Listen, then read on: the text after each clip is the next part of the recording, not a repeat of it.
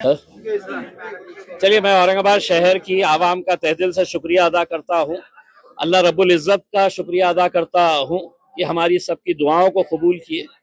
हम हमारे पार्टी के सदर जनाब बैरिस्टर असदुद्दीन अवैसी साहब, अकबरुद्दीन अवैसी साहब, मजलिस के तमाम जिम्मेदारान और इस शहर की वो आवाम जिसने पिछले 10-12 सालों से मजलिस का भरपूर साथ दिया है और उन्हीं की दुआओं, उन्हीं की ताकतों की वजह से आज अल्हम्दुलिल्लाह यहाँ पर हम 30 से ज़्यादा सीटें हासिल कर चुके हैं और इंशाल्लाह हमारा आंकड़ा जो है वो हम 33 सीटें हम जीत रहे हैं।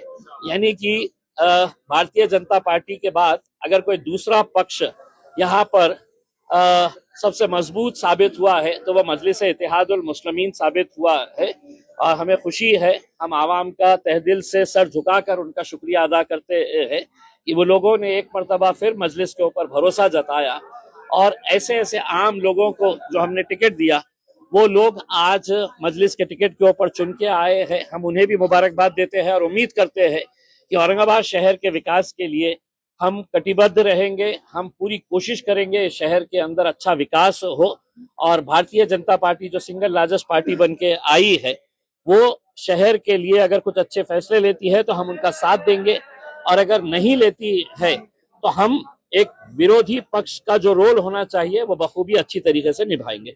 बंटवारे में नेताओं ने अपने बच्चों को दिया, सब किया। गुलमंडी जैसे इलाके में देखिए, एक बहुत बड़ा तमाचा ये कह लीजिएगा जूता मारी है उन तमाम सियासी पार्टियों को जिन्होंने अपने रिश्तेदारों को, अपने घर वालों को टिकट दिया। अगर संजय सिरसाट अपने बेटे और बेटी के लिए करोड़ों रुपया खर्च नहीं करता तो शायद उनका बेटा और बेटी भी घर पर बैठते। लेकिन तमाम राजनीतिक पार्टियों के नेताओं ने अपने बेटे को, अपने भाई को, अपने बाप को, अपने बीवी को, अपने बेटी को, हर एक को टिकट दिया। नतीजा क्या हुआ कि लोगों ने एक पैगाम दिया है कि हम सिर्फ गोटियां खेलने के लिए नहीं है, हम सिर्फ है तो चद्दर बिछाने के लिए, शतरंजियां बिछाने के लिए नहीं है, हम भी पार्टी के मजबूत लोग हैं, हमें भी टिकट मिलना चाहिए करके। एमआईएम एक वाहिद पार्टी थी जिसने ना किसी घर वाले को ना किसी रिश्तेदार को दिया। हमने आम लोगों में से लोगों को उठाकर, और जो पार्टी के बारे में हमारे ऊपर इल्जाम लगाते हैं कि एमआईएम जातिवादी पार्टी है, आज कितनी सारी हिंदू महिलाओं को हमने चुना कर लाया है, एसटी समाज की महिलाओं को हमने चुना कर लाया है, दलित समाज के हमारे कितने सारे भाई और बहनों को हम लोगों ने चुना कर लेके आया है।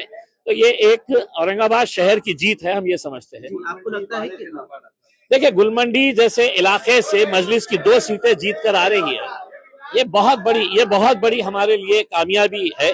हम एक इलाके के तौर के ऊपर नहीं देख रहे हैं, हम ये शहर के अंदर अपना जाल कैसे फैलाए हैं, लोग क्यों हमारा साथ दे रहे हैं, क्योंकि लोगों को अब यकीन आया है कि हमको ये सेना पे भरोसा नहीं है, हमको ये पार्टी के ऊपर नहीं है। कांग्रेस एनसीपी तो बिल्कुल खत्म कर दिए है उसमें। तो मजलिस के साथ अपने काम की बुनियाद के ऊपर और लोगों के यकीन के ऊपर हम खड़े उतरते हैं, इस वजह से साथ दिए। इसी तरह मालेगांव में भी सिंगल लार्जेस्ट पार्टी साबित हुई है एमआईएम।